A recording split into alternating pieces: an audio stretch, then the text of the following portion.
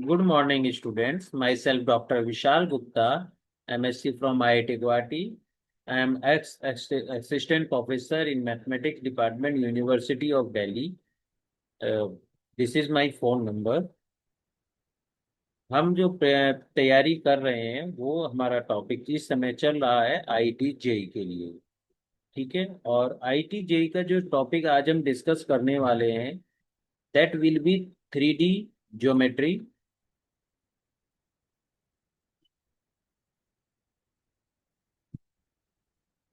Wait a minute.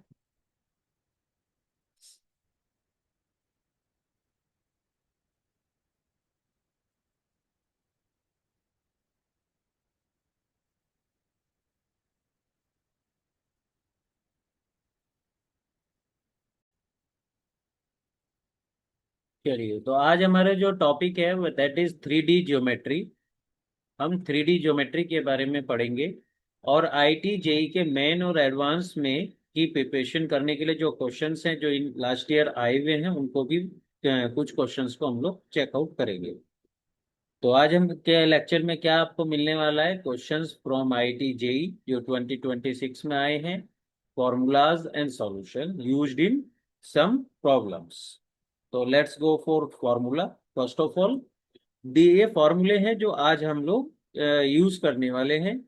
Equation of line passing through the point this, एक आपको line की equation लिखनी है जो इस पॉइंट से पास हो और उसके डायरेक्शन रेशियोस ये हो। तो उसका फॉर्मूला क्या होता है? उसका फॉर्मूला होता है आपका x - x1 upon L, y - y1 upon M and z - z1 upon N. दोनों दो इक्वल टू लगे होते हैं, ध्यान देना आप यहाँ पर। और ये जो है यहाँ पर पॉइंट लिखा होता है, माइनस साइन के साथ आपका पॉइंट लिखना होगा। और नीचे डिनोमिनेटर में आपको डायरेक्शन रेशियोज लिखने होंगे। लाइन की इस फॉर्म को हम बोलते हैं सिमेट्रिक फॉर्म। अब अगर इसी फॉर्म में हम यहाँ इक्वल टू टी लगा दें, ठीक है, सपोज करो इक्वल टू टी लगा दे तो एक्स की वैल्यू निकालें, ठीक है, और y की वैल्यू निकालें। इक्वल टू टी निकाल के इसको लें और इसको लें और x की वैल्यू निकालें। इसी तरीके से इसको और इसको लेकर के y की वैल्यू निकालें। तो अगर इनकी वैल्यू अलग अलग हम निकाल लेते हैं तो equation of line passing through this point and direction ratios is, तो इक्वेशन ऑफ लाइन क्या बन जाती है? वो ये बन जाती है। और इसको हम क्या बोलते हैं? Parametric form of the line. ठीक है, एक हमने पढ़ी आज लाइन की पैरामीट्रिक फॉर्म की डेफिनेशन और एक सिमेट्रिक लाइन की डेफिनेशन हमने पढ़ी है। तो ये 3D में चल रही है। लाइन की सिंपल इक्वेशन आप जानते ही हैं, ठीक है। एक अगर 2D लाइन की हम बात करें, 2D में लाइन की बात करें तो उसमें इक्वेशन क्या होती है? एक्स और वाई में होती है। इसमें क्या है? लाइन की इक्वेशन एक्स वाई और जेड में होती है, क्योंकि हम लाइन की इक्वेशन इन 3D, 3D मतलब 3 डायमेंशनल में हम यहाँ पर डिस्कस कर रहे हैं। नेक्स्ट जो हम लोगों को यूज होने वाला है formula that is equation of x y plane, that is z equal to zero. Equation of x z plane y equal to zero. Equation of y z plane is x equal to zero. तो आपने देखा कि जैसे यहाँ पर x Y है, Z नहीं है, तो एक्स वाई प्लेन का इक्वेशन हो गया जेड इक्वल टू, तो जो वेरिएबल नहीं है उसको इक्वल टू जीरो रख दोगे तो कॉरस्पॉन्डिंग प्लेन की इक्वेशन आ जाती है। ध्यान देना यहाँ पर, ये लाइन की इक्वेशन नहीं है, ये प्लेन की इक्वेशन है। आई होप आपको क्लियर होगा प्लेन क्या होता है। जैसे सपोज करो मैं आपको ये कहूँ, ठीक है, ये एक्स एक्सिस, ये वाई एक्सिस और ये जेड एक्सिस। तो एक्स वाई प्लेन क्या हो गया? एक्स वाई प्लेन हो गया आपका ये वाला पूरा का पूरा, ये आपका एक्स वाई प्लेन है।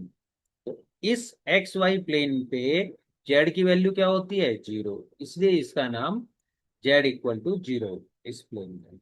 समझ में आ गया आपको? इसी तरीके से बाकी प्लेन्स को भी आप चेकआउट कर सकते हैं। अब आते हैं नेक्स्ट फॉर्मूले पर। नेक्स्ट फॉर्मूला क्या है? सपोज आपको ए वेक्टर दे दिया गया है और बी वेक्टर दे दिया है और आपको इनकी क्रॉस प्रोडक्ट निकालनी है। तो एक तो वो आपका बेसिक तरीका है ही। क्या तरीका है? डिटर्मिनेंट लिखेंगे, आई जे के लिखेंगे, यहाँ पर A B C D E F, इतना सब कुछ आपको करना पड़ेगा। ठीक है, और उसके बाद आप इसकी क्रॉस प्रोडक्ट निकालेंगे तो उसमें टाइम बहुत लगता है। क्रॉस प्रोडक्ट निकालने का तरीका क्या है, आपको ए क्रॉस बी लिखना है, तो आपने क्या करा, आपने लिख दिया आई जे को हटा के A B C D E F. ठीक है, यहाँ से ए बी सी ले दिया, यहाँ से डी ई एफ ले दिया, फिर इनको हमने रख दिया इस फॉर्म में। इस फॉर्म में रख दिया हमने इस तरीके से A B C D E F. तो शॉर्टली देखो कितनी जल्दी हो जाएगा। तो इसमें हमें ए क्रॉस बी क्या होता है, वेक्टर होता है।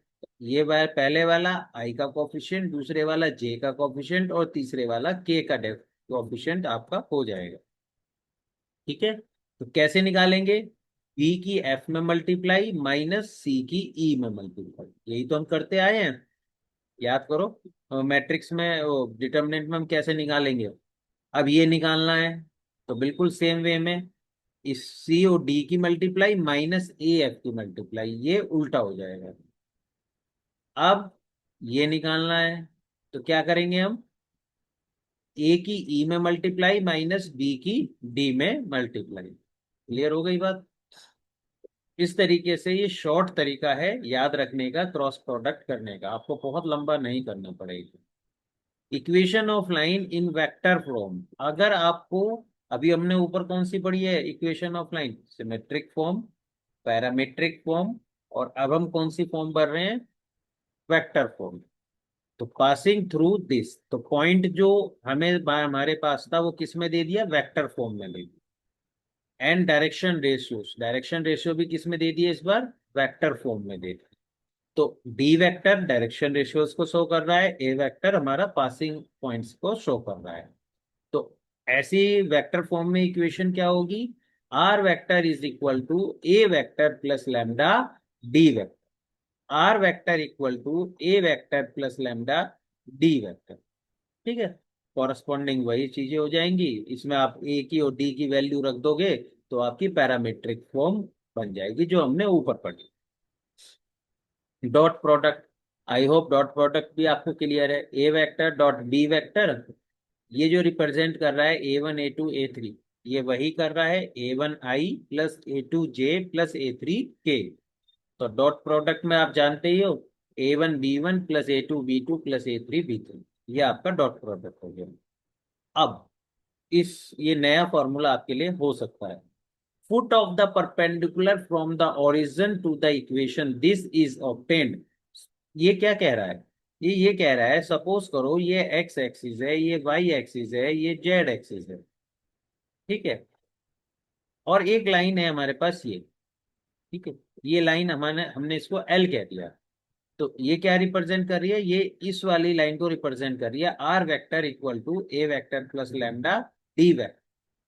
अब वो क्या कह रहा है, वो ये कह रहा है कि यहाँ ओरिजिन से मैं एक लाइन यहाँ पर डाल देता हूँ। ओरिजिन से एक लाइन डाला तो इस लाइन को, ये एल लाइन को किस पॉइंट पे कन्वर्ट कर रहा है, एम पे कन्वर्ट कर।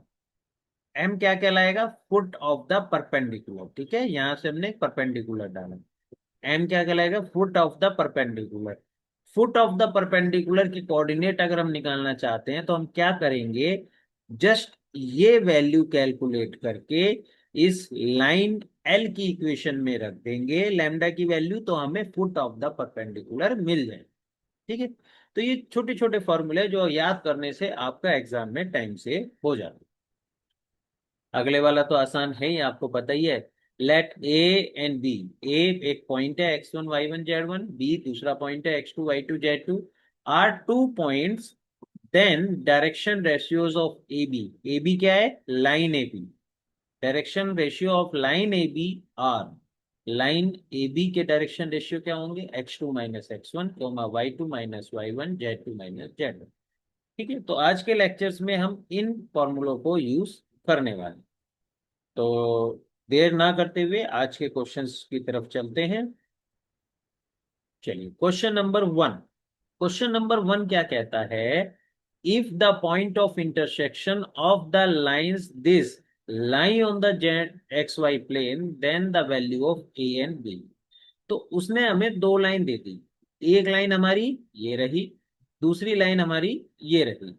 उसने कहा कि पॉइंट ऑफ इंटरसेक्शन इन ये दोनों लाइन एक दूसरे को कट कर रही हैं, और कट करने पे जो पॉइंट ऑफ इंटरसेक्शन है वो एक्स वाई प्लेन पे पड़ रहा है। ठीक है, उन्होंने क्या कहा, वो point of intersection x y plane पे पड़ रहा है। तो आपको कितनी जानकारी हो गई, point of x intersection x y plane पे पड़ रहा है, मतलब जेड इक्वल टू जीरो पे पड़ रहा है। ठीक है, एक्स वाई प्लेन, इसका मतलब क्या है, इसकी इक्वेशन क्या होती है, जेड इक्वल टू जीरो। तो दैट मीन्स जो पॉइंट ऑफ इंटरसेक्शन है उसका जेड कोऑर्डिनेट जीरो है, और पॉइंट ऑफ इंटरसेक्शन इन दोनों लाइनों पे भी पड़ेगा, इन दोनों लाइनों पे पड़ेगा पॉइंट ऑफ इंटरसेक्शन। ठीक, मान लो इसको मैं L1 कहता हूं और इसको L2 कहता हूं, इस वाली लाइन को मैंने L1 कह दिया, इस वाली लाइन को मैंने L2 कह दिया। ठीक है, L1 पे भी पड़ेगा पॉइंट ऑफ इंटरसेक्शन, L2 पे भी पड़ेगा। तो पॉइंट ऑफ इंटरसेक्शन के कोऑर्डिनेट लाइन L1 को भी सेटिस्फाई करेंगे और लाइन L2 को भी सेटिस्फाई करेंगे।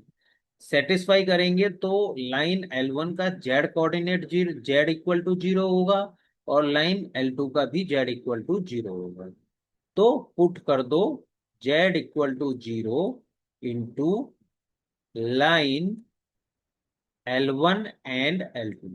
तो क्या बनता है हमारे पास बना x+1/3 is equal to y+a/5 is equal to b+1/7। ठीक है, इसको आप इक्वेशन नंबर 1 मान लो, और L2 लाइन में जब रखेंगे तो x-2/1 is equal to y-b/4 is equal to -2a/7। ये इक्वेशन नंबर 2 हमने मान। समझ में आ गई बात।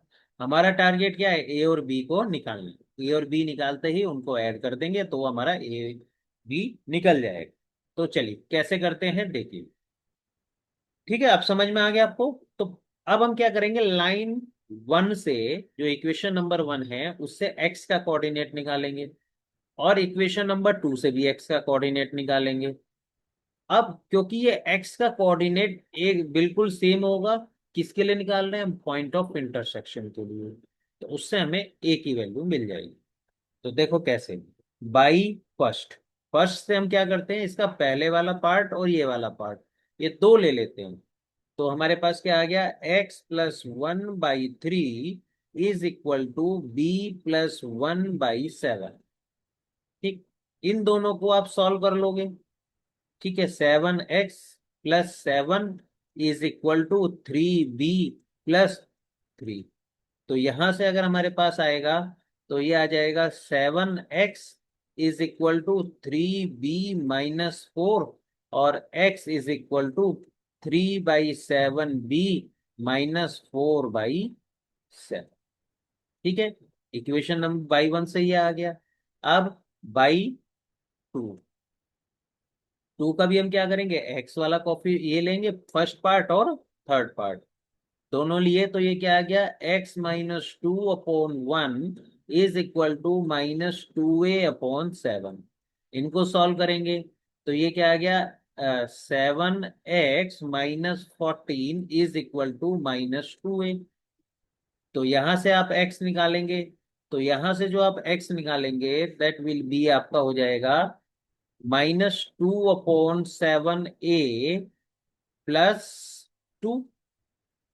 ठीक, अब क्योंकि पॉइंट ऑफ इंटरसेक्शन में, पॉइंट ऑफ इंटरसेक्शन जो पॉइंट है वो दोनों लाइनों पे पड़ेगा, इसलिए लाइन 1 से जो हमने एक्स कोऑर्डिनेट निकाला और लाइन 2 से जो हमने एक्स कोऑर्डिनेट निकाला वो मस्ट बी सेम, वो सेम होने चाहिए। तो यानी हम क्या लिख देंगे, 3/7b-4/7 is equal to -2/7a+2।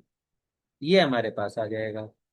ठीक है, इसको अब हम सॉल्व करेंगे, 7 से मल्टीप्लाई कर दो, 3b-4 इक्वल टू -2a+14। तो ये हो गया 2a+3b 2a plus 3b is equal to 18। Equation number, समझ में आ गई बात? तो ए और बी में एक इक्वेशन हमें यहाँ पर मिल गई। अब फिर से करते हैं बाई 1। अब की बार क्या लेंगे, y का, और ये वाला कोफिशिएंट लेंगे हम। ठीक है, तो इससे फिर एक इक्वेशन निकालेंगे। तो अगर हम ये लेते हैं तो ये क्या बन गया, y plus a upon 5 is equal to b plus 1/7। तो ये हो गया 7y plus 7a is equal to 5b plus 5। फिर उसके बाद यहाँ पर हम आगे y की वैल्यू निकालेंगे यहाँ से।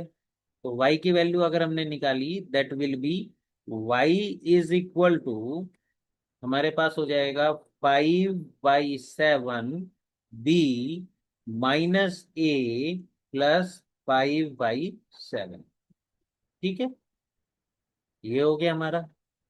फिर अब बाई 2, 2 से हमने निकाला तो y minus b/4 is equal to -2a/7।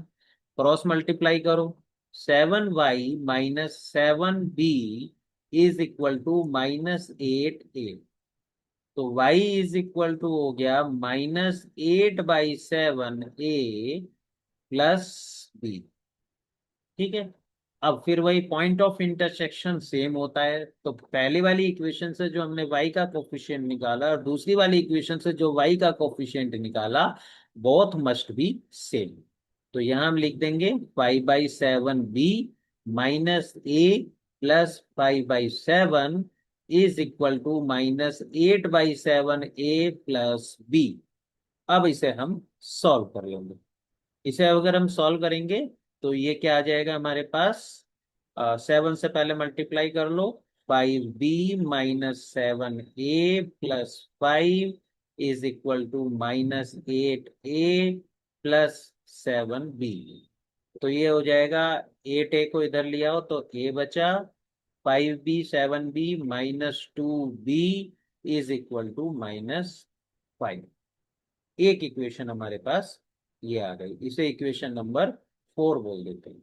अब इक्वेशन नंबर 3 और 4 को सॉल्व कर लो। इतना तो आप कर ही लोगे, इक्वेशन नंबर 3 ये रही और इक्वेशन नंबर 4 ये रही। सॉल्व करने का तरीका आप जानते ही हो। ठीक है, तो by 3 and 4 a is equal to हो जाएगा 3 और बी इज इक्वल टू हो जाएगा 4।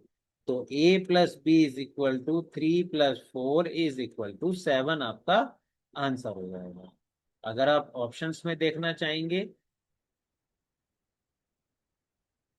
तो ये ऑप्शन में सी आ जाएगा। ठीक है, तो ऑप्शन सी आपका आंसर है। आई होप आपको क्लियर हो गया होगा। ठीक है, इसमें हमने कैसे किया है देखो एक बार।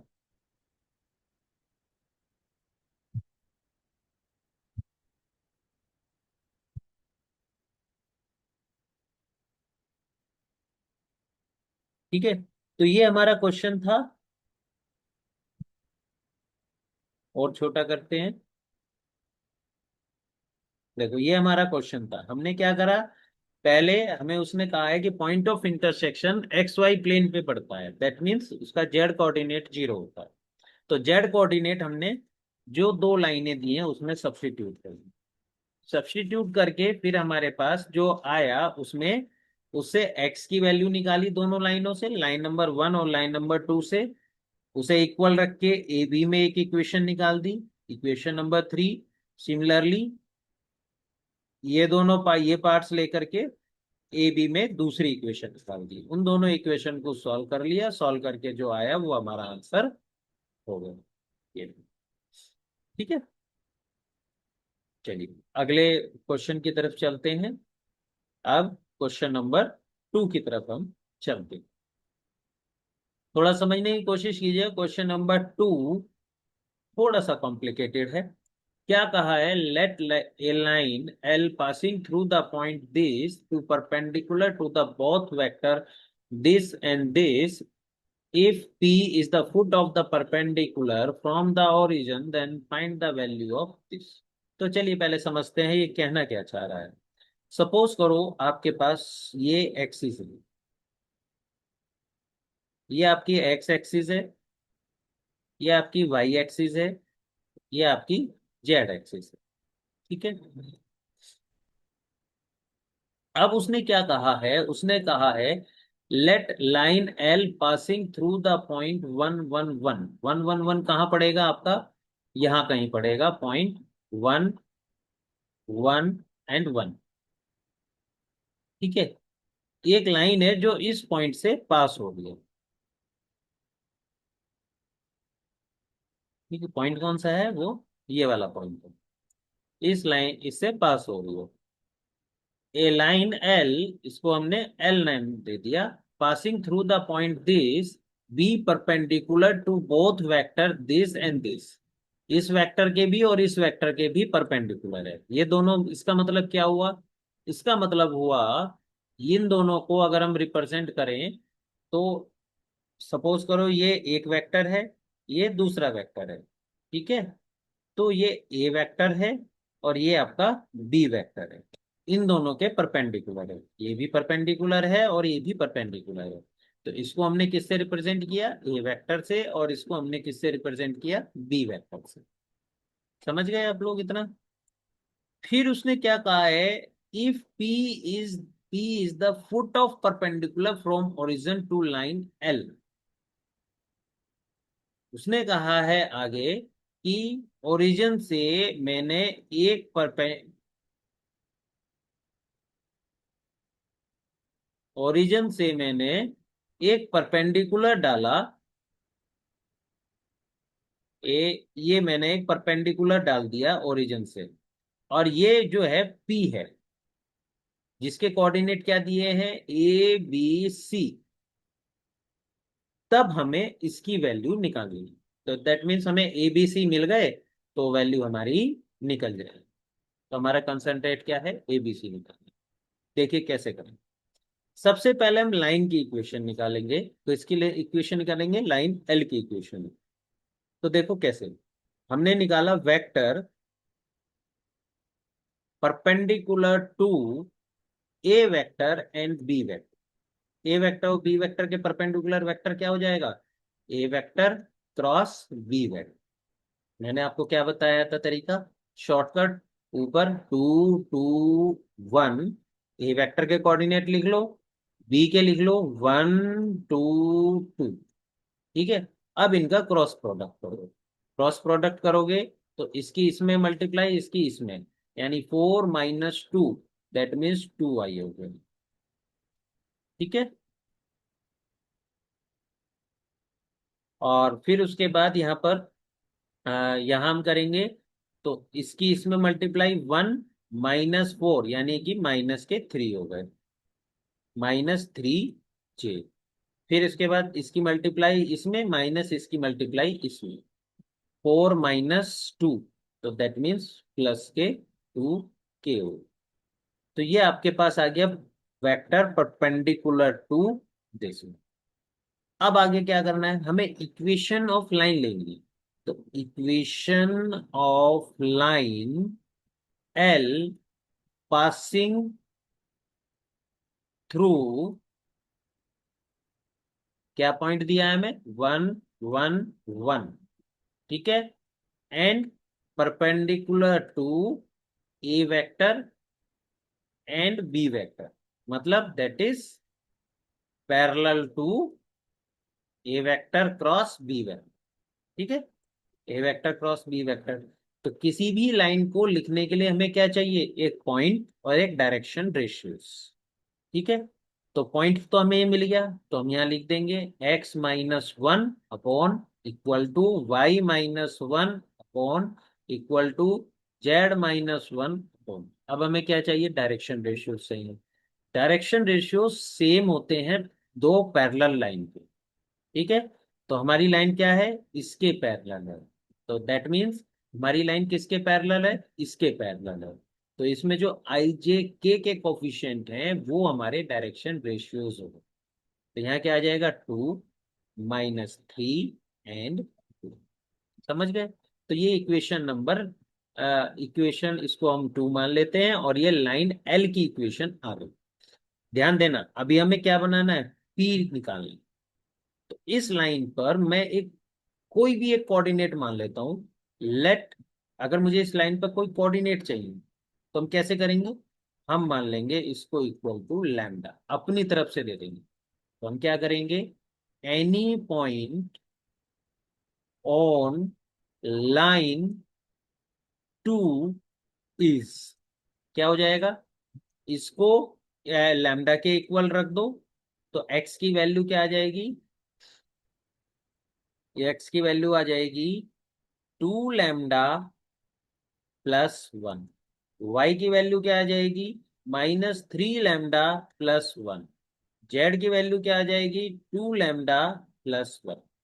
तो एक्स वाई जेड तीनों की वैल्यू हमारे पास आ, ये क्या है, कोई पॉइंट है। ठीक है, दैट मीन्स, ठीक है, पॉइंट हो गया। पॉइंट क्या है, एक्स वाई जेड। अब अगर मैं कहूं कि ये पॉइंट जो है पी पॉइंट है, पी पॉइंट होने के लिए सपोज, तो पी पॉइंट होने के लिए क्या कंडीशन है इसके, कि ये अगर मैं OP is perpendicular to L, तो that means point X Y Z, X Y Z, मतलब क्या है एक्स वाई जेड का, 2 लैम्डा +1 -3 लैम्डा +1,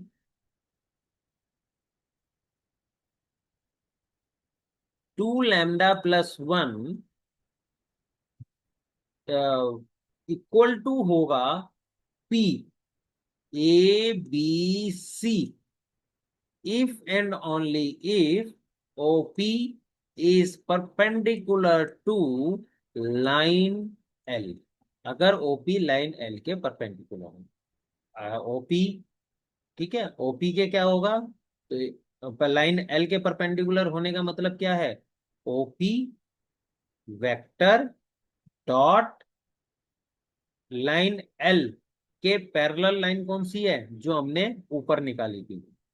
जो लाइन एल पे परपेंडिकुलर होगा वो डेफिनेटली इस लाइन पे भी, इस वेक्टर पे भी परपेंडिकुलर होगा, क्योंकि लाइन एल और ये वेक्टर एक दूसरे के पैरेलल हैं। तो इसका मतलब क्या हुआ, इसके साथ डॉट प्रोडक्ट मस्ट बी 0, यानी कि 2i -3j +2k must be equal to 0। OP क्या है, ओ के कोऑर्डिनेट क्या है, 0 0 0। पी के कोऑर्डिनेट क्या है, ये। तो ओपी लाइन क्या हो जाएगी, ओपी लाइन में ओपी वेक्टर क्या हो जाएगा, 2 लैम्डा +1 i प्लस, तो ये क्या हो जाएगा, 2 लैम, तो इनकी मल्टीप्लाई करेंगे अब हम। तो आई का कोफिशिएंट क्या है, ये ओपी वेक्टर में, और यहाँ पर आई का कोफिशिएंट क्या है, 2। तो इन दोनों का मल्टीप्लाई करा, तो ये हो गया 2 × 2 लैम्डा +1 -3 × -3 लैम्डा +1 +2 × 2 लैम्डा +1। ठीक है, ओपी के एक्स वाई जेड के कोऑर्डिनेट क्या है ये, सॉरी उसके आई जे के कोफिशिएंट क्या है ये, ओपी में। बताया था ना मैंने आपको, ओपी किसी भी लाइन को वेक्टर फॉर्म में लिखने का मेथड क्या होता है। अगर हमारे पास दो पॉइंट हैं, पहला पॉइंट है x1 y1 z1, दूसरा पॉइंट है x2 y2 z2। अब इसको वेक्टर फॉर्म में लिखना है तो हम कैसे लिखते हैं, x2 - x1 i, y2 - y1 j, z2 - z1 k। तो उसी का यूज करके हमने यहाँ पे ओपी वेक्टर लिखा, और उसके बाद डॉट प्रोडक्ट ली और इक्वल टू 0 होगा। इसकी कैलकुलेशन इजी है, आप लोग खुद से करेंगे, और करेंगे तो लैम्डा की वैल्यू आ जाएगी 1/1/70। ठीक है, अब वापस हम इस लाइन पे आएंगे, यहां पर ये वैल्यू रख देंगे। तो हमारे पास क्या आ जाएगा, अगर हम मैं रखता हूं यहाँ पर ये वैल्यू, तो 2/17 +1 -3/17 +1, 2/17 +1 इज इक्वल टू PABC। इसको कैलकुलेट कर लेंगे।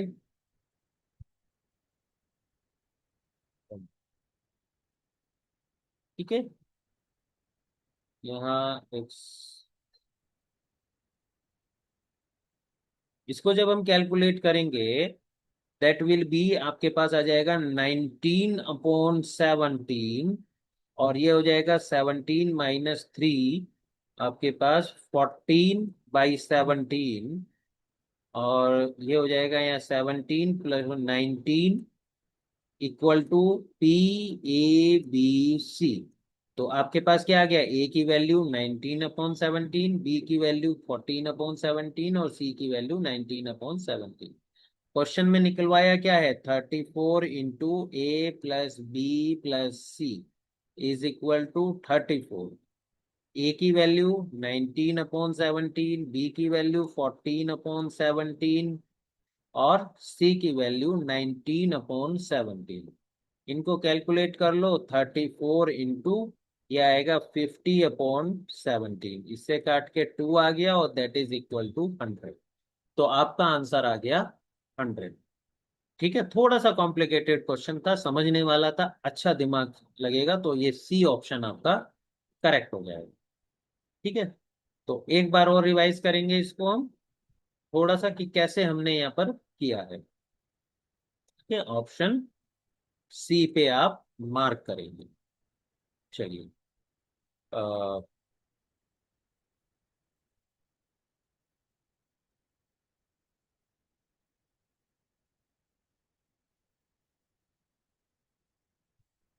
आइए, ये है हमारा क्वेश्चन नंबर 2। क्वेश्चन नंबर 2 में उसने हमें एक लाइन दी है, एल।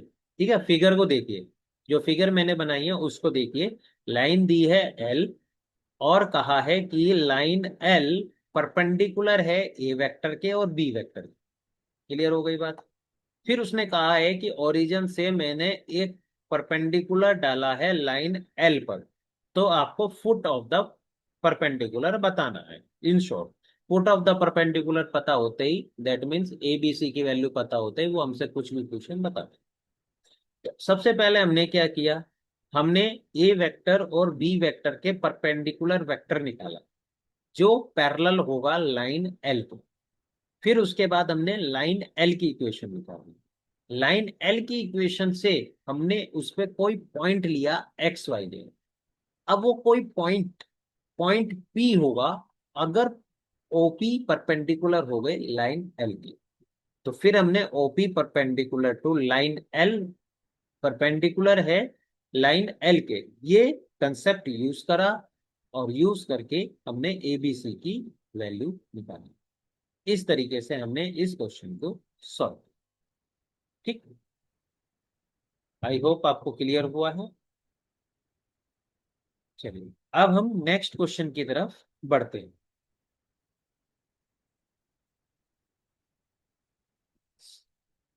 क्वेश्चन नंबर 3 की तरफ अब हम बढ़ते हैं। क्वेश्चन नंबर 3 में क्या कहा है, let a point A B the foot of the perpendicular drawn drawn from the point P. चलिए समझते हैं क्या कह रहा है ये हमारी लाइन है एल। ठीक है, इस लाइन को मैं डिनोट कर देता हूं, ये वाली जो लाइन है इसको मैंने डिनोट कर दिया एल से। उसने कहा है let A B the foot of perpendicular drawn from the point P on the line this. यहां पर कोई पॉइंट है पी जिसके कोऑर्डिनेट हैं ए बी और 0। इससे हमने एक परपेंडिकुलर यहां पर ड्रॉ कर दी, और ये लाइन हो गई एल। ठीक है, ये किस पे कट कर रहा है, ए पे कट कर रहा है। फिर if the mid point of the segment of PA, PA का इसने हमें मिड पॉइंट दे दिया, सपोज हम इसे एम से डिनोट करते हैं, तो इसके कोऑर्डिनेट इसने हमें दे दिए 3, 0, 3/4 -1/4। Then the value of A b और एल, ए बी और अल्फा की वैल्यू निकालो। ए बी कहाँ है, पॉइंट यहाँ पर है, और अल्फा कहाँ है, वो यहाँ। तो ए बी और अल्फा की वैल्यू पता होते ही हम अपना क्वेश्चन कर जाएंगे। ठीक है, तो चलिए देखते हैं कैसे करेंगे इस क्वेश्चन को, समझ में तो आ गया अब आप लोगों को। तो उसने हमें क्लियरली बोला है कि M is the mid point of P A. ठीक है, M is the mid point of P A. तो दैट मीन्स एम का अगर हमें कोऑर्डिनेट निकालना है तो कैसे निकालेंगे, पी प्लस ए बाई, अब पी तो हमें पता है, एम भी पता है, बस ए नहीं पता। तो ए कैसे निकालेंगे, तो ये हो जाएगा 2m is equal to P plus A, और ए इज इक्वल टू हो जाएगा 2m - p। ठीक है, मल्टीप्लाई कर दो। m के कोऑर्डिनेट में अगर 2 से मल्टीप्लाई करता हूं तो ये 0, 3/2 -1/2 माइनस p। p के कोऑर्डिनेट हमारे पास हैं a, b, 0। तो ये क्या आ गया आपका, -a, 3/2 -b -1/। तो ये हमारे पास किसके कोऑर्डिनेट आ गए, ये हमारे पास ए के कोऑर्डिनेट आ गए। ठीक है, ये हमारे पास आ गए ए के कोऑर्डिनेट। अब आगे हमें अब कैसे करना है, हमें अल्फा का भी इन्वॉल्व करना है। अब ये जो पॉइंट ए है ये किस पे पड़ रहा है, लाइन एल पे पड़ रहा है। ये पॉइंट किस पे पड़ रहा है, लाइन एल पर। तो जब ये लाइन एल पे पड़ रहा है तो लाइन एल को सेटिस्फाई भी करेगा, पुट कर दो। Point A lies on line L. X की जगह वाई की जगह और जेड की जगह वैल्यू रख दो। एक्स की जगह रखा -a -1/2, वाई की जगह रखेंगे तो 3/2 -b -2/1, और जेड की जगह रखेंगे -1/2 -α/3। ये तीन चीज हमारे पास आ गई। तो हमारा टारगेट क्या है, ए बी और अल्फा। ए बी और अल्फा निकालते ही हमारा काम हो जाए। तो चलिए देखते हैं कैसे निकालेंगे। इसको आप मान लो इक्वल टू के। तो के मानते ही हमारे पास यहां से क्या निकल के आ गया, ए इज इक्वल टू ओ -2 के, माइनस ये आ जाएगा 2 के, और +1, तो यहाँ पर आ जाएगा -1, और बी की वैल्यू आ जाएगी -k -1/2, और अल्फा की वैल्यू आ जाएगी -3 के। देखिए छोटे छोटे जो कैलकुलेशंस है वो आपके लिए मैं इसलिए छोड़ देता हूँ क्योंकि अगर मैं यहीं पे करने लगा तो बहुत टाइम लग जाएगा। तो हमारे पास ए बी सी की वैल्यू आ गई। ए बी सी, ए बी सी क्या है, सॉरी ए बी और अल्फा की वैल्यू इन टर्म्स ऑफ के आर। एक इस क्वेश्चन में एक चीज और दी है, क्या दी है, P A is perpendicular to line L. P A is perpendicular to line L, उसका भी यूज करेंगे। Since P A perpendicular to line L, P A के कोऑर्डिनेट क्या होंगे, पी ए के कोऑर्डिनेट क्या होंगे भाई, देखो पी के कोऑर्डिनेट क्या है हमारे पास, ए बी और 0। ए के कोऑर्डिनेट क्या है हमारे पास, ये रहे। तो पी ए के कोऑर्डिनेट निकालने हैं तो क्या होगा, इसमें से वही जो अभी बताया था, x2 - x1, y2 - y1, z2 - z1। ठीक है, जैसे यहाँ है क्या, -a, और इसमें से सब्सट्रैक्ट कर देंगे इस a को, तो -a क्या बन जाएगा, -k 2a। पीए के लिए लिख रहे हैं हम, तो ये हो जाएगा -2a i। फिर ठीक, उसके बाद क्या करेंगे, ये रहा 3/2 -b -b, तो 3/2 -2b हो जाएगा। ये हो गया, वो क्या हो जाएगा, +3/2 -2b। ये किसके कोऑर्डिनेट हो गए, जे के। ठीक है, इसको बड़ा ब्रैकेट कर लो, यहाँ स्मॉल आ गया। इसी तरीके से 1/2 -0, तो ये हो जाएगा -1/2 के। तो ये क्या आ गया, पी ए आ गया। Dot line L. अब देखो लाइन एल हमें क्या दी हुई है, लाइन एल हमें ये दी हुई है, तो इसके कॉरस्पॉन्डिंग इसके पैरेलल वेक्टर कहाँ से निकलेंगे, डिनोमिनेटर से निकलेंगे। तो डिनोमिनेटर पैरेलल वेक्टर निकालें, 2 1 3, डिनोमिनेटर में है 2 1 3। पैरेलल वेक्टर क्या हो गया, 2i +1j +3k is equal to G. Dot product रख दो और के की वैल्यू यहाँ पर निकल जाएगी। तो चलिए रखते हैं -2a/2 प्लस 3/2 -2b/1, फिर -1/2 × 3 इज इक्वल टू 0। ठीक है, सॉल्व करो इसको।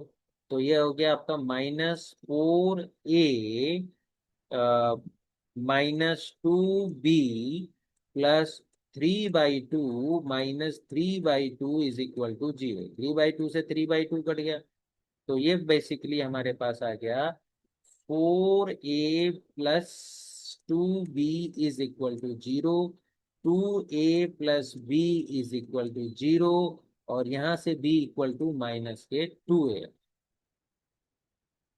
ठीक है, अब ये आ गया हमारे पास b इक्वल टू -2a। अब b की वैल्यू क्या है इन टर्म्स ऑफ k, ये है, और a की वैल्यू क्या है, ये है। ये दोनों के दोनों उठा करके यहाँ पर रख दो। b की value -k-1/2 is equal to -2, a की वैल्यू -2k-1। इसे हमने सॉल्व करना है। ठीक है, सॉल्व करेंगे तो k की वैल्यू आ जाएगी -1/2। अब बस हो गया काम। के की वैल्यू पता होते ही हम ए बी और के की वैल्यू पता होते ही हम ये यहां से इस लाइन से ए बी और अल्फा की वैल्यू निकाल देंगे, के की वैल्यू इसमें रख कर देंगे। तो के की वैल्यू इसमें रखते हैं, तो हमारे पास आ जाएगा A equal to 0, B equal to 0, और अल्फा इज इक्वल टू 1। तो जो हमसे पूछा है a² + b² + alpha square is equal to, तो 0 + 0 + 1 इज इक्वल टू 1। तो 1 वाला जो ऑप्शन हमारे पास होगा वो हमारा ऑप्शन करेक्ट ऑप्शन होगा। तो 1 क्या है, ऑप्शन नंबर ए है। ठीक है, तो ऑप्शन ए से हमने यहाँ पर हमारा हो गया। ऑप्शन ए को आप मार्क करें। समझ में आया? देखो आसान है, थोड़ा सा आपको लग सकता है, लेकिन ये आसान क्वेश्चन है। जब प्रैक्टिस हो जाएंगी, कंसेप्ट क्लियर हो जाएगा, तो हमें ये क्वेश्चन आसान लगने लगते हैं। तो देखिए इस क्वेश्चन में क्या था, इस क्वेश्चन में हमें उसने लाइन एल दे दी, पॉइंट पी दे दिया, फिगर में देखिए पॉइंट एम दे दिया। ठीक है, और उसने एक वैल्यू दी ए बी। हमारा टारगेट क्या है, ए बी और अल्फा की वैल्यू निकालनी। अल्फा है लाइन की इक्वेशन में, ए बी है पॉइंट पी की, पॉइंट पी में। तो कैसे निकालेंगे, सबसे पहले हमने पॉइंट ए के कोऑर्डिनेट निकालेंगे, इस बात को कंसीडर करते हुए कि M is the mid point of P and A। ठीक है, फिर उसके बाद पॉइंट ए को लाइन एल पे सब्सटीट्यूट कर दिया, लाइन एल में सब्सटीट्यूट करके कोई पॉइंट निकाल लिया हमने, लाइन एल में हमने सब्सटीट्यूट कर दिया, और सब्सटीट्यूट करने के बाद हमने ए बी और अल्फा की वैल्यू के टर्म्स में निकाल ली। आफ्टर दैट हमने जो कंसेप्ट है P A is perpendicular to line L, उसका यूज करके के की वैल्यू निकाली, और इस लाइन में वापस रख करके ए बी सी की वैल्यू निकाल दी, और हमारा क्वेश्चन सॉल्व। ठीक है, समझ में आ गया आप लोगों को? ये सारे क्वेश्चंस आए हुए हैं ये एग्जाम में 2026 में। ठीक है, चलिए, आई होप आपको ये वाला क्वेश्चन क्लियर हो गया होगा। नेक्स्ट क्वेश्चन की तरफ बढ़ते हैं, क्वेश्चन नंबर 4। क्वेश्चन नंबर 4 क्या कहता है, A line with direction ratios 1 -1 2 intersect the line this and this at the point P and Q respectively. If the length of the line PQ is alpha, then इसमें भी वही है, इसको suppose मैंने L1 माना, इस लाइन को मैंने L2 माना। तो उसने कहा है कि एक लाइन है L1, एक लाइन है L2, कोई भी लाइन है दो। सपोज करो एक लाइन ये है, दूसरी लाइन ये है। ठीक है, एक लाइन आपकी ये है, और दूसरी लाइन आपकी ये है। ये लाइन आपकी L1 है, ये लाइन आपकी L2 है। उसने कहा कि एक लाइन इन दोनों लाइनों को इंटरसेक्ट कर दी है, ये इंटरसेक्ट उसने कर दी है। ठीक है, इसको हम नया नाम दे देते हैं line L. Line L line L1 और L2 को इंटरसेक्ट कर दी है, इसके डायरेक्शन रेशियो उसने हमें दे दिए 1 - 1 और 2। लाइन L1 और L2 की इक्वेशन उसने हमें दी है। At point P and Q, इसको P पे डिनोट काटता है और इसको Q पे काटता है। हमें P और Q की पी क्यू की लेंथ निकालनी है, ठीक है। अगर P के कोऑर्डिनेट मिल जाए और Q के कोऑर्डिनेट मिल जाए तो लेंथ अल्फा मिल जाएगी। तो हमारा टारगेट क्या हो गया, P और Q के कोऑर्डिनेट निकालने। चलिए देखते हैं कैसे निकालते हैं। लाइन L1, लाइन L1 की उसने हमें इक्वेशन दी है x/2 is equal to y/3 is equal to z+1/3। ठीक है, इस पर कोई पॉइंट ले लेते हैं हम, कोई भी पॉइंट। तो इसको हमने यहाँ पर मान लिया लैम्डा इज इक्वल टू से। तो कोई पॉइंट हमने माना एनी पॉइंट, क्या हो जाएगा इस पे, एनी पॉइंट हो जाएगा XYZ। XYZ की वैल्यू कैसे निकलेगी, x ये और इसको एक साथ लेंगे तो x की value in terms of lambda निकलेगी 2 lambda, comma 3 lambda, comma 3 lambda - 1। समझ गए ना, इन दोनों को लेके जेड का कोफिशिएंट निकल रहा है। अब लाइन L2, वो क्या दी है, x+1/-1 is equal to y-2/1 is equal to z/4। ठीक है, और इसको हमने मान लिया म्यू से। तो any point is equal to, वो आपके पास हो जाएगा -μ - 1 μ+2 और 4 μ। ठीक है, अब ये जो दो पॉइंट हमने माने हैं, सपोज इसको मैंने P1 मान लिया और इसको मैंने Q1 मान लिया, तो D R of P1 Q1 are क्या हो जाएंगे, सब्सट्रैक्ट कर देंगे, this minus this, this minus this, this minus this. तो that will be P R क्या हो जाएंगे, 2 λ+μ+1, 3 λ - μ - 2, 3 λ - 4 μ - 1। ये हो गए डी आर। ठीक है, तो यहाँ पर आप पी भी ले सकते हो, पी कंफ्यूजन क्रिएट होगा। अब ऐसा करिए, इसको पी ही ले लीजिए। ठीक है, तो D Rs of P and Q ही मान लीजिए, D Rs of P and P Q. ठीक है, तो ये हमारे पास आ गया। अब उसने हमें क्या दिया है, डीआरस हमें उसने दिए हैं, लाइन पी क्यू के डीआरस हमें क्या दिए हैं उसने, ये दिए हुए हैं।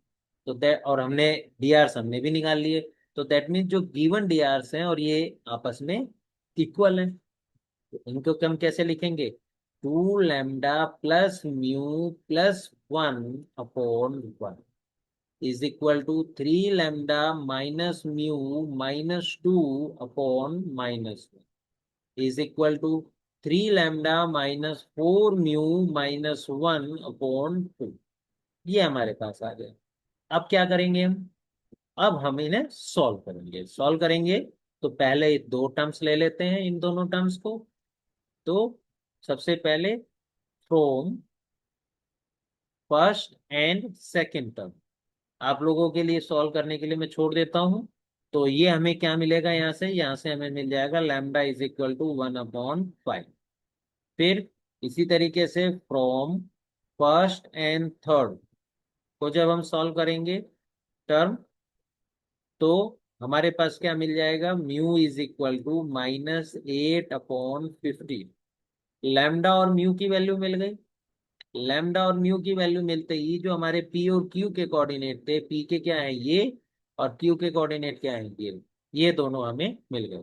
तो लैम्डा और म्यू की वैल्यू यहां पर रख देंगे तो हमारे पी और क्यू के कोऑर्डिनेट क्या हो जाएंगे। सो पी हो जाएगा आपका आफ्टर कैलकुलेशन 2/5, 3/5 -2/5। ठीक, एंड क्यू क्या हो जाएगा, -7/15, 22/15 -32/15। ठीक है, तो बेसिकली क्या हो गया आपके पास, यहाँ पर बेसिकली क्या हो गया आपके पास, हमने कैसे निकाला, लाइन L1 और L2, लाइन L1 से पॉइंट P निकाला, लाइन L2 से पॉइंट Q निकाला, और जो डायरेक्शन रेशियोज निकाले, और जो गिवन डायरेक्शन रेशियोज हैं उनके साथ रेशियो में रख करके फिर हमने लैम्डा और म्यू की वैल्यू निकालकर पॉइंट P और Q निकाल दिया। P और Q की निकालते ही P Q, length of P Q हम निकाल सकते हैं। ठीक है, लेंथ ऑफ पी क्यू अगर हम निकालेंगे, समझ ही गए कैसे निकलती है, वो तो आपको पता ही है, x2 माइनस x1 का whole square plus y2 minus y1 का whole square plus z2 minus z1 के होल स्क्वायर का अंडर रूट। ठीक है, दो पॉइंट के बीच की डिस्टेंस निकालने का फॉर्मूले का हम यूज करेंगे। तो after calculation this will comes to you 1014 upon 225। ठीक, क्वेश्चन में उसने हमसे क्या पूछा है, अल्फा स्क्वायर, अल्फा क्या है, पी और क्यू के बीच के डिस्टेंस। तो अल्फा स्क्वायर कितना आ गया, 1014 अपॉन 225, और पूछा क्या है, 225 अल्फा स्क्वायर, तो ये हो गया 1014। तो हमारा आंसर क्या हो गया, 1014। तो जो भी ऑप्शन के साथ मैच करेगा 1014, ए ऑप्शन सही आ रहा है, तो ए ऑप्शन के साथ हम यहाँ पर जाएंगे। ठीक है, तो कौन सा ऑप्शन सही हो गया हमारा, ऑप्शन नंबर ए हमारा करेक्ट हो गया। समझ गए कैसे किया हमने, इसको आप समझो, लाइन L1 से P निकाला लैम्डा मानते हुए, लाइन L2 से Q निकाला म्यू मानते हुए, इसके बाद डीआरस की हेल्प से लैम्डा और म्यू की वैल्यू निकालकर P और Q की पॉइंट्स की वैल्यू निकाल, पर निकालते ही फिर आगे क्वेश्चन सॉल्व हो गया। ठीक है, इसको भी अगर आप एक पेज में देखना चाहें तो इस तरीके से आप इसको देख सकते हैं। ये देखिए क्वेश्चन नंबर 4 का पहला पेज, इसका आप स्क्रीनशॉट लेना चाहें तो, और अगर आप सेकंड पेज की तरफ जाना चाहेंगे, इसका रेस्ट पार्ट देखना चाहेंगे तो रेस्ट पार्ट आपका ये। ठीक है, चलिए लास्ट क्वेश्चन की तरफ बढ़ते हैं इसके।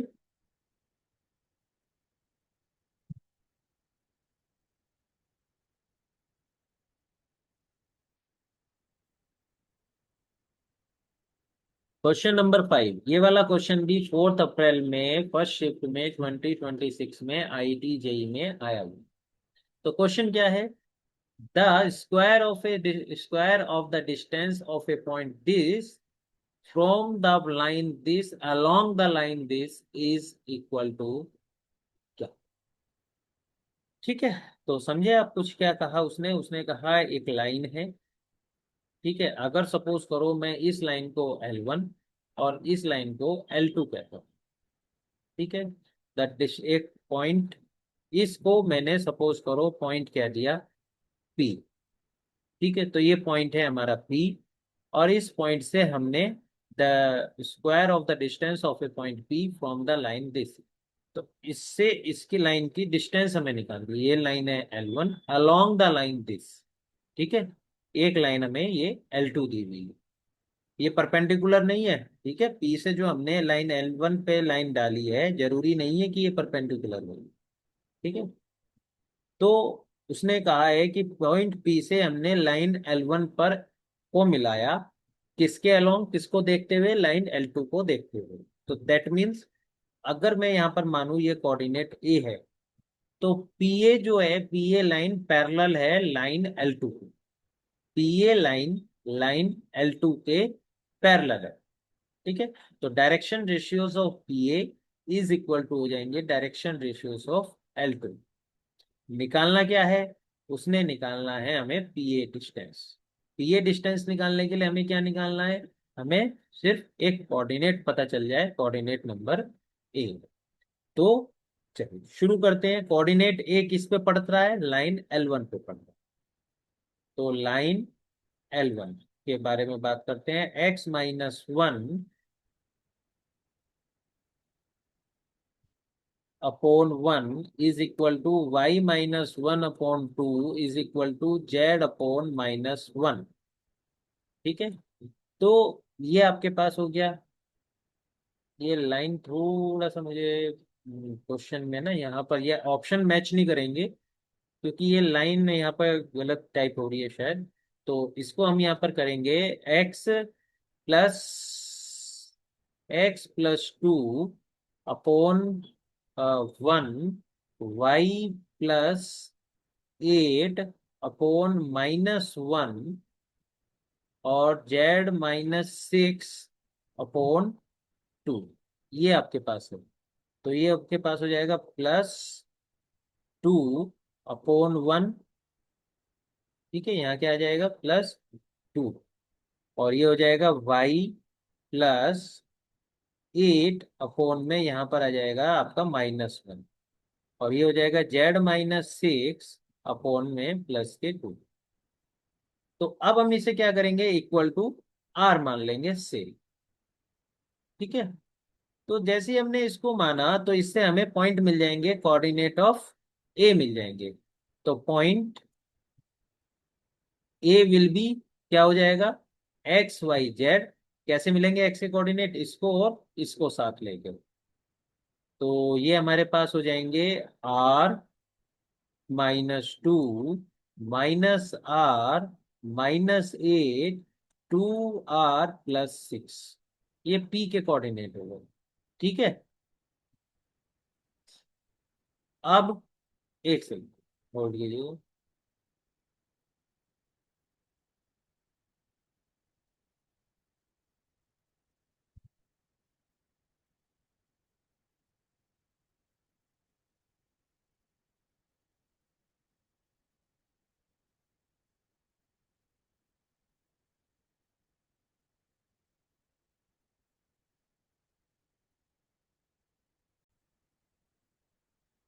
चलिए इस क्वेश्चन को दोबारा से एक बार शुरू करते हैं।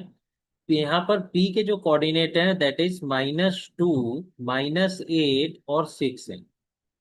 अब हम लिखते हैं equation of line P A. Equation of line किससे पास हो रही है, पॉइंट P से पास हो रही है और पैरेलल है लाइन L2 के। तो सिमेट्रिक फॉर्म में इसकी इक्वेशन क्या हो जाएगी, x माइ क्योंकि ये पॉइंट P से पास हो रही है तो x+2 upon is equal to y+8 upon is equal to z-6 upon. ठीक है, और नीचे जो वो है आपका, वो लाइन L2 के जो drs हैं वही सेम drs इसके हो जाएंगे 1 -1 और 2। तो ये हो गया लाइन PA के कोऑर्डिनेट्स, लाइन PA की इक्वेशन। इसको हमने इक्वल टू लैम्डा बोल दिया। तो कोई भी point, any point on line PA, तो एनी पॉइंट से, इस पॉइंट का नाम हमने क्या दे दिया, A on line PA is, यहाँ से क्या होता है XYZ। इनकी वैल्यूज निकाल लेते हैं यहाँ से। तो x की वैल्यू आ जाएगी आपके पास λ-2 -λ-8 2λ+6। ठीक है, तो ये हमारे पास a के कोऑर्डिनेट आ गए। a कोऑर्डिनेट किस पे पड़ रहे हैं, लाइन L1 पे भी पड़ रहा है। तो लाइन L1 की इक्वेशन क्या है, वो आपकी ये रही। तो इसमें हम इस पॉइंट को सब्स्टिट्यूट कर देंगे। जैसे ही इस पॉइंट को हम सब्स्टिट्यूट करते हैं इसमें, तो ये कैसा होता है, क्या लिखा है x-1 यानी कि λ-3/1 इक्वल टू y-1/2। तो ये हो जाएगा आपका y की value -λ -8 -9/2 is equal to z, यानी कि 2r, सॉरी r नहीं लैम्डा। तो ये हो गया 2λ+6/2, सॉरी अपॉन -1। ठीक है, अब हमें इन्हें सॉल्व करना है। सॉल्व करके आर की लैम्डा की वैल्यू हमें निकालनी है। तो पहले अगर मैं इन दोनों को लेकर के चलता हूं साथ, तो हमारे पास निकल करके आता है लैम्डा इज इक्वल टू -1। तो जैसे ही लैम्डा की वैल्यू हमारे पास निकल के आई, हमने पॉइंट ए में रख दिया। तो पॉइंट ए विल बी, क्या हो जाएगा, लैम्डा की वैल्यू -1 रखते ही -3, -7 और 4। अब हमें क्या चाहिए, पी ए, लेंथ चाहिए, पी ए स्क्वायर। ठीक, पी के कोऑर्डिनेट आपको पता ही है क्या है, और ए के कोऑर्डिनेट आपको पता है क्या है। ए के कोऑर्डिनेट आपके पास ये रहे, और पी के कोऑर्डिनेट हमें क्वेश्चन में दिए गए हैं। ठीक है, ये रहे क्वेश्चन में। तो इन दोनों की हेल्प से इन दोनों के बीच की जो डिस्टेंस है उसका स्क्वायर अगर हम निकालेंगे, दैट विल बी, आपके पास आएगा। कैसे निकालेंगे, वही दो डिस्टेंस, दो पॉइंट के बीच की डिस्टेंस वाले फॉर्मूले से। ठीक है, उसने हमसे क्या पूछा है, उसने हमसे P A square of the distance of the point this, तो उसने पी ए का स्क्वायर ही पूछा है, यानी यही पूछा था। तो हमारा आंसर क्या आ गया, 6। तो जो ऑप्शन हमारा सही होगा, 6 इसमें ऑप्शन में नहीं है। तो आई होप यहाँ कहीं पे थोड़ा सा इसको 6 मान लीजिए, हमारी कैलकुलेशन सही है, वो ऑप्शन में अब एडिटिंग करते वक्त रह गया होगा। तो ऑप्शन आपका यहाँ पर बी सही है। ओके, तो ध्यान रखिएगा, क्वेश्चन को एक बार समझने के बाद ये जो लंबे लंबे क्वेश्चन लग रहे हैं ये भी आसान ही लगेंगे। ये वाला क्वेश्चन है जो हमने अभी किया था। किसी भी तरीके का कोई डाउट होने पर आप मुझे मेरे व्हाट्सएप नंबर पर कॉल भी कर सकते हैं, मैसेज करके पूछ सकते हैं। अगर ये वाला टॉपिक आपको अच्छे से समझ में आया है तो प्लीज़ हमारे इस वीडियो को लाइक कीजिए, अपने फ्रेंड्स को शेयर कीजिए और चैनल को सब्सक्राइब कीजिए। Thank you very much.